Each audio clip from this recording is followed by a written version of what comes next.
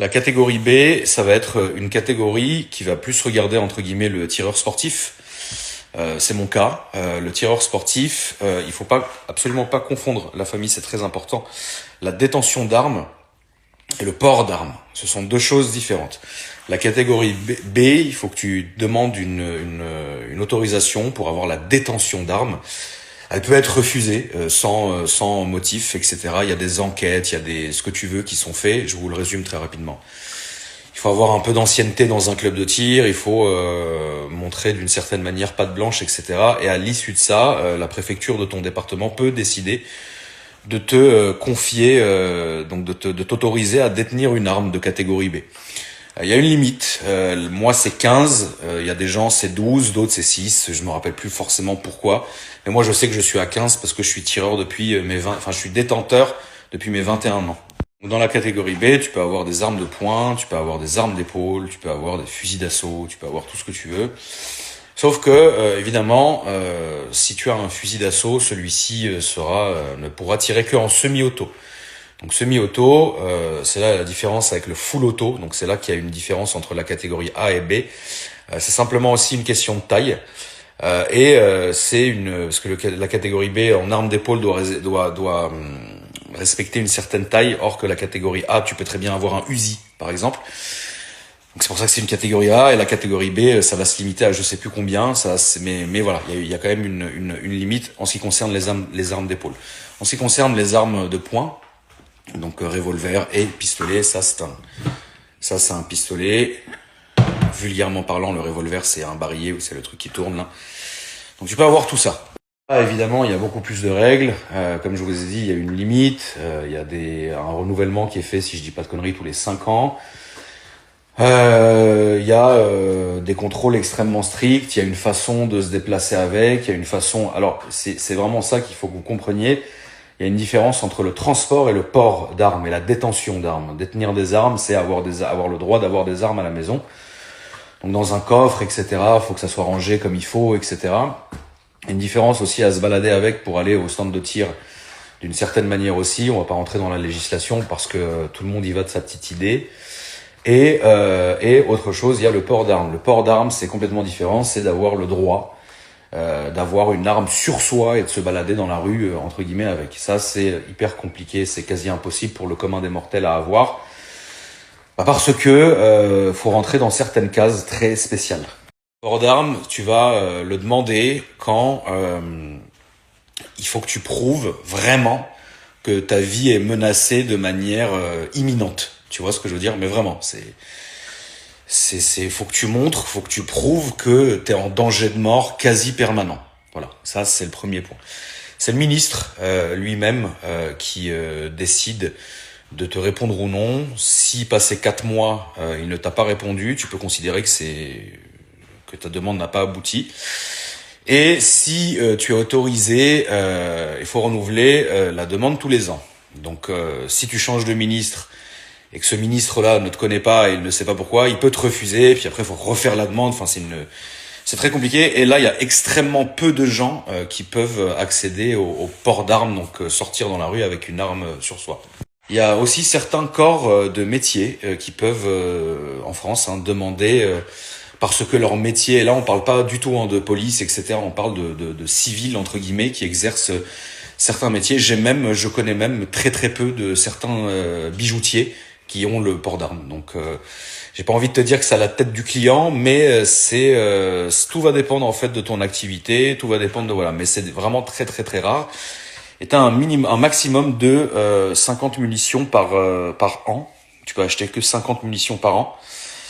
Après, ça rentre pas dans le cadre si t'es tireur sportif, parce que si t'es tireur sportif, les munitions, c'est regardé, mais pas à ce point-là. Tu vois ce que je veux dire? Donc, tu peux très bien aller au stand et tirer 2000 munitions si ça te fait plaisir. Par contre, en détenir à la maison, il y a une limite, je sais plus ce que c'est, mais moi je suis bien en dessous parce qu'il n'y a pas d'intérêt à avoir un arsenal de munitions à la maison. Mais là, on est vraiment sur quelques cas, quelques cas en France. Alors, il y en a quand même, bien évidemment, mais c'est vraiment, comme je vous ai dit, il faut faire une lettre au ministre. Après, t'es reçu par le ministre, c'est une complication. T'es reçu par le cabinet du ministre. Il faut montrer que t'es hyper menacé, mais sans arrêt. Tu vois ce que je veux dire? C'est pas juste ah, j'ai reçu un message sur Insta, ah, je le sens pas. Non, pas du tout. Là, faut vraiment montrer qu'il y a des vrais risques pour ta vie tout le temps, tout le temps, tout le temps, tout le temps. Et là, dans ce cas-là, tu vas accéder au port d'armes. Tu ne peux pas te balader avec 1000 flingues différents sur toi. T'en as un avec, qui est attitré pour faire ça. Tu peux pas te balader et acheter un autre et revenir avec un autre, etc. On n'est pas à Miami, frérot. Ensuite, il y a la catégorie C. La catégorie C, c'est ça. Donc ça, c'est un flashball. Mais ce n'est pas que ça, bien évidemment. Là, c'est le seul c'est le flashball que j'ai à la maison. C'est la seule catégorie C que j'ai. La catégorie C, c'est soumise à déclaration. Il faut avoir 18 ans et il faut avoir une licence de tir en cours de validité ou une licence de balle trap ou une licence de chasse. Si je dis pas de conneries d'ailleurs. Mais si je dis pas de conneries, parce que nous, en tant que détenteur de la catégorie B, on est d'office éligible à la catégorie C parce que évidemment on a une licence de tir, donc ça s'applique à ça. Le flashball, t'attires ça, c'est atroce. La catégorie C, ça va être fusil de chasse, fusil de sport. Fusil de sport, qu'est-ce que c'est? C'est les fusils, par exemple, qu'on va utiliser au ball trap, qu'on peut avoir en semi-auto, qui sont des 2+1, si je dis pas de conneries, 2+1, 2 ici, une dedans, cartouche, ou alors les deux comme ça, plus les deux comme ça d'ailleurs, parce qu'au ball trap, t'es censé tirer que 2 fois. Fusil de chasse, carabine de chasse, carabine longue distance, etc. Voilà, le choix est vachement varié. D'ailleurs, beaucoup préfèrent s'en tenir entre guillemets à la catégorie C, puisque elle est beaucoup moins relou à détenir. T'as pas de limite de catégorie C. Le plus que j'ai fait dans ma vie, c'était une 40aine de catégorie C. Alors oui, c'était chiant parce que je me faisais convoquer tous les mois. C'est très étrange d'ailleurs, parce que c'est bon, tous les mois, Ça m'est beaucoup arrivé quand j'avais ma chaîne YouTube. J'avais ma chaîne YouTube sur les armes, et comme j'achetais énormément de catégorie C à ce moment-là pour vous en faire les présentations, donc je vous ai dit, au bout d'un moment, j'en suis arrivé à 40. En fait, je me faisais convoquer tous les 2-3 mois, et à chaque fois, ils me disaient, mais putain, mais pourquoi j'en achetais autant? Donc à un moment, j'ai dit, mais ça suffit. J'y suis allé, j'aurais dit, voilà, mais j'étais très gentil, hein. J'ai dit, voilà, c'est très simple. J'ai une chaîne YouTube sur les armes. Elle me dit, ah, mais tout s'explique, etc. Ok, merci, au revoir. Tu vois, ça s'arrête là. La catégorie C, il y a beaucoup de tireurs qui préfèrent cette catégorie-là parce que les règles de stockage, les règles de machin, c'est pas beaucoup plus laxiste, mais c'est moins chiant que avoir une catégorie B. Et t'as pas de limite. Maintenant, moi, la catégorie C, pour moi, ne m'intéresse pas forcément. Parce que j'ai un fusil de balle trap, mais qui est en révision. Je suis pas chasseur non plus, donc voilà. Mais voilà, la catégorie C. Par exemple, demain, le fusil à pompe aussi existe en catégorie C. Tout est une question tout est une question de taille, tout est une question de calibre aussi, et tout est une question de cadence de tir, si je dis pas de conneries.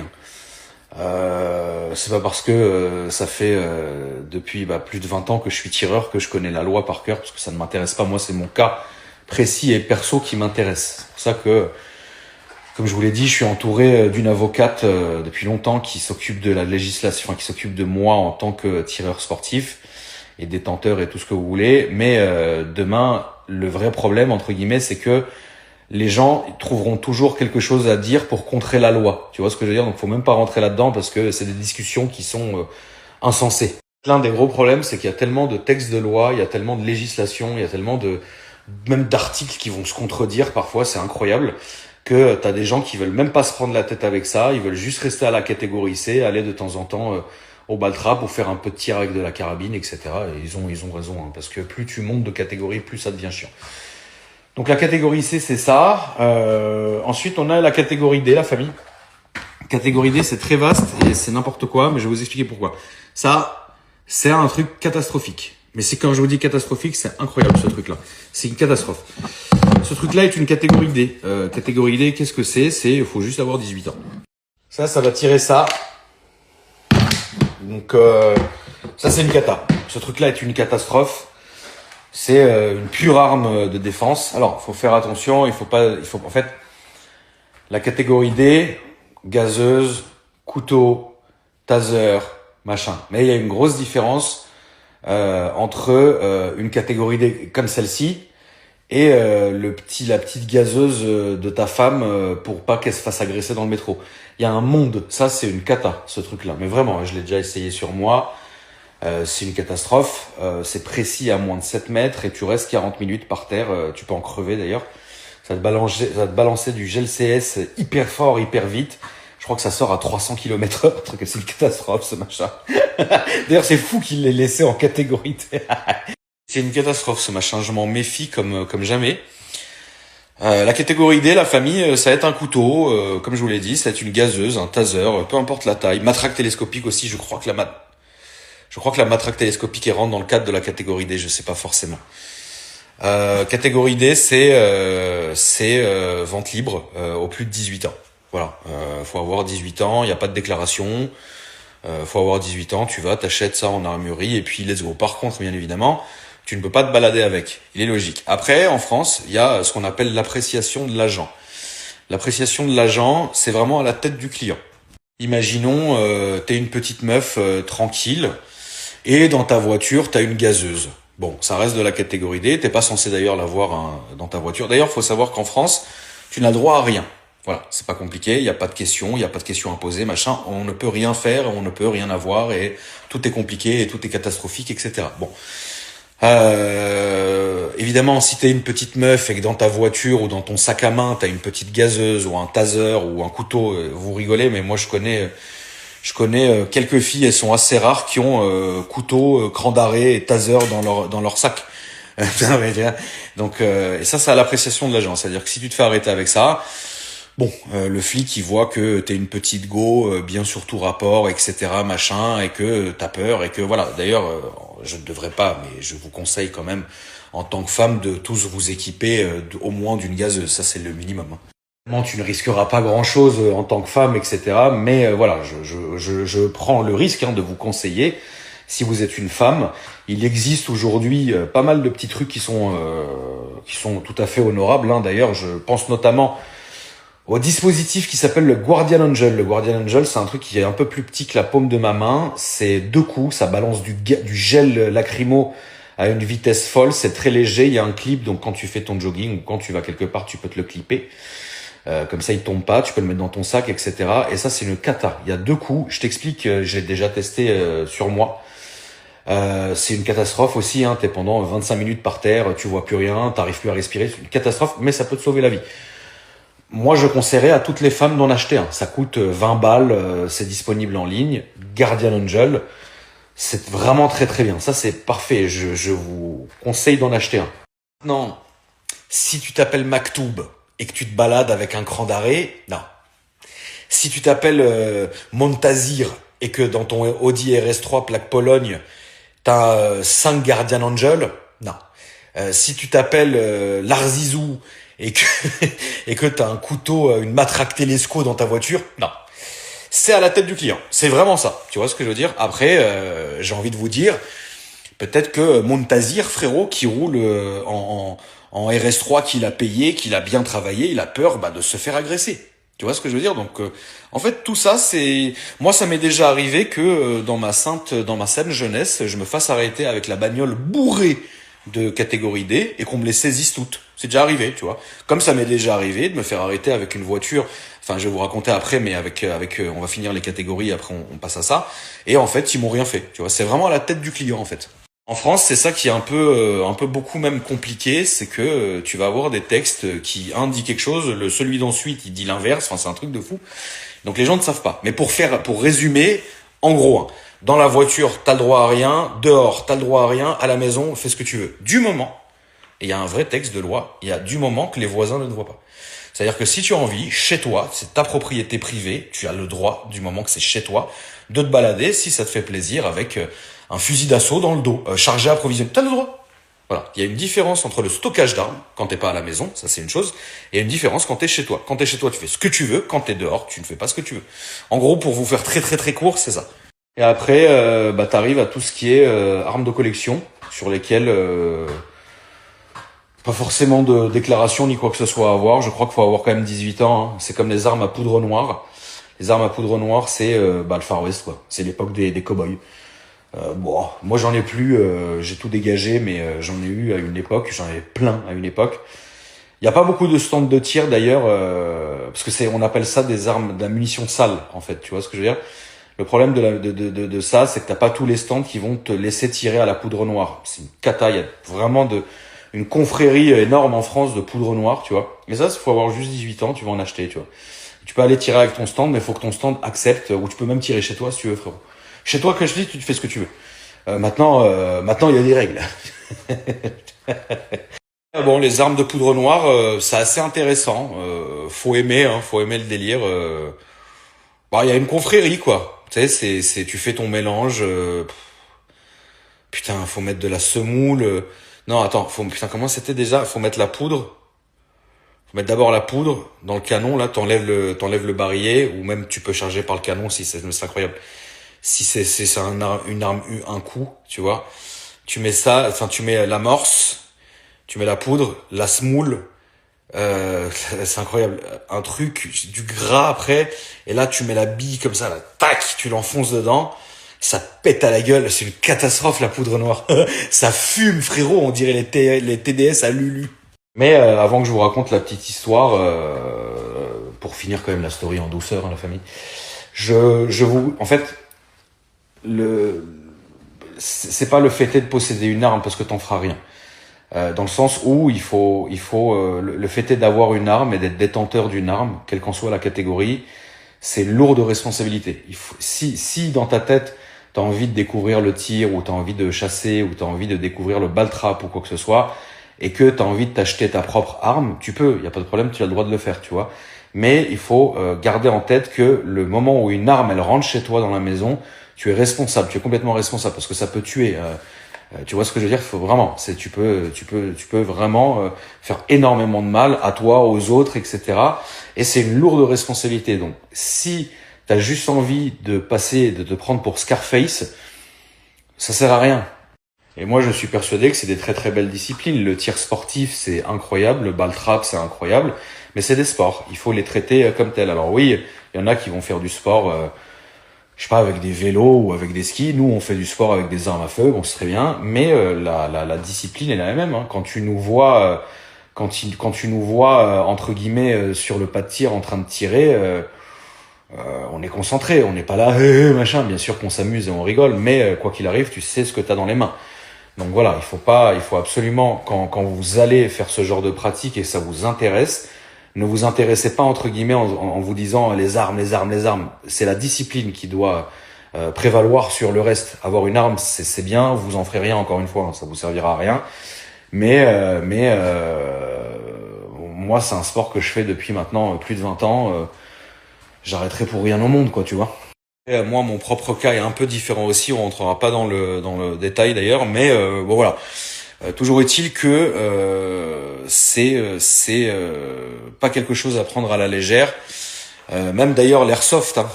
Les gens critiquent l'airsoft en disant ouais c'est des jouets, c'est des jouets. Je suis pas d'accord. T'as des répliques exactes qui coûtent les mêmes prix que ce que nous ça va nous coûter. Des vraies armes, l'airsoft va coûter pareil, voire même de temps en temps plus cher, parce que ça dépend de la réplique que vous achetez. Et l'airsoft est une excellente école en termes de tactique. Parce que évidemment, vous vous doutez bien qu'en France, mis à part le TSV ou certaines disciplines qui sont hyper régulées et hyper encadrées, faire du tir de progression, faire du tir progresser, hein, du tir tactique entre guillemets, une progression de maison, une progression de ce que tu veux, tu peux pas le faire. C'est pas possible. L'airsoft, il faut absolument pas dénigrer parce que les gens se rendent pas compte à quel point un gros je sais plus comment ça s'appelle, CQB ou je sais plus, ou SCQB, je sais plus comment ça me regarde pas. Enfin, j'ai pas creusé le truc, mais il y en a certains qui font de l'airsoft qui ne rigolent absolument pas du tout. C'est des mecs qui savent te clear une baraque très rapidement, tu vois. Donc là où le tireur sportif pour le coup est vachement plus statique, il est enfermé dans son couloir, machin. Mais l'airsoft c'est très bien. Moi j'ai pas besoin, mais je trouve que c'est incroyable. Et d'ailleurs c'est même à y réfléchir si vous vous dites tiens j'ai envie de de m'inscrire pour aller devenir tireur sportif, etc., pense quand même avant ça à l'airsoft, tu vois. T'auras moins de, c'est moins chiant finalement. Après, ça reste quand même un monde qui est hyper chiant et hyper compliqué parce que la législation, elle évolue tout le temps. C'est-à-dire quelque chose qui aujourd'hui est une catégorie X, dans un an, ça peut devenir une autre catégorie. Ou quelque chose qui est en vente libre aujourd'hui peut très bien l'année prochaine se retrouver soumis à déclaration, par exemple. Tu vois ce que je veux dire? Donc voilà, c'est un monde très compliqué. Et en plus de ça, bah tu te doutes bien que la communauté est sans arrêt en bagarre en fait, parce que il y en a un qui dit ça, et le transport de munitions ça doit être comme ça, et le transport dans la voiture ça doit être comme ça, l'autre il arrive avec le texte de loi, deux trucs après, faut pas, n'allez pas sur les forums. Bah les forums, j'ai jamais vu une issue favorable dans des forums de tir quoi. Il y a toujours des bagarres, il y a toujours un truc qui va pas. Il va toujours avoir un mec qui va te dire non, les munitions ça doit pas être comme ça doit être séparé comme ça. Et l'autre il va te dire non, il faut démonter l'arme. Et l'autre il va te dire non, qu'est-ce que j'entends, tu peux pas démonter l'arme, le texte machin, le truc. Après l'autre il vient de contrer, c'est une catastrophe. Donc je vous ai dit, en vrai de vrai, vous prenez pas la tête. Si jamais un jour vous êtes tireur sportif et que vous avez des questions, vous contactez des cabinets d'avocats qui sont spécialisés là-dedans. C'est leur métier, vous leur posez clairement la question. Ça ne sert à rien d'aller sur les forums. Parce que c'est comme sur les forums auto, tout le monde est garagiste, tout le monde est mécano, tout le monde est concessionnaire, tout le monde c'est le créateur de la voiture. C'est-à-dire voilà, et en plus tu ne trouveras jamais ta réponse. Les forums, toute discipline confondue, toute passion, c'est une catastrophe. Avocat. Ouais, allô, maître, ça va? Ouais, j'ai une question. Puis-je faire ça? Non, pourquoi? Machin. Ok, merci. Ça s'arrête là, frère. C'est leur métier, ils sont payés pour ça. Ah, les forums de tir, je vous en prie. Bitch, please, frérot. Les forums de tir, c'est aussi catastrophique que les forums Renault Sport, frère. C'est incroyable. C'est incroyable. Les forums de tir, je n'ai jamais vu quelqu'un venir poser une question et repartir avec une réponse. Le mec, il vient, il pose la question, il se fait massacrer, il repart avec 50, il repart avec 700 questions en plus à sa question. C'est une catastrophe. C'est une catastrophe. Ça, c'est vraiment genre, de toute façon, en règle générale, la famille, les forums, c'est catastrophique. D'ailleurs, je suis même persuadé que dans tous les domaines, les forums sont catastrophiques. Même si, par exemple, les forums de Lego, je pense à ça, c'est con, hein. Mais je connais pas, moi je fais pas de Lego, je sais que c'est une passion incroyable, mais si demain j'allais sur un forum de Lego, je pense que oui, ça serait la même ambiance quoi. C'est incroyable. C'est comme les forums auto, la famille. Je suis prêt à parier que si là, j'arrive sur un forum Mercedes, bonjour, je m'appelle Akram, j'habite Paris, j'ai 3 testicules, combien de barres dois-je mettre dans le pneu de ma voiture? Bah tu verras que je vais avoir 700 trucs différents. Et même si c'est écrit sur la porte, bah t'en auras toujours un qui va sortir. Mon père connaît quelqu'un qui a travaillé à Leipzig dans l'usine AMG et il lui a dit que machin. Alors pourquoi vous avez écrit 2 barres 7 sur la porte?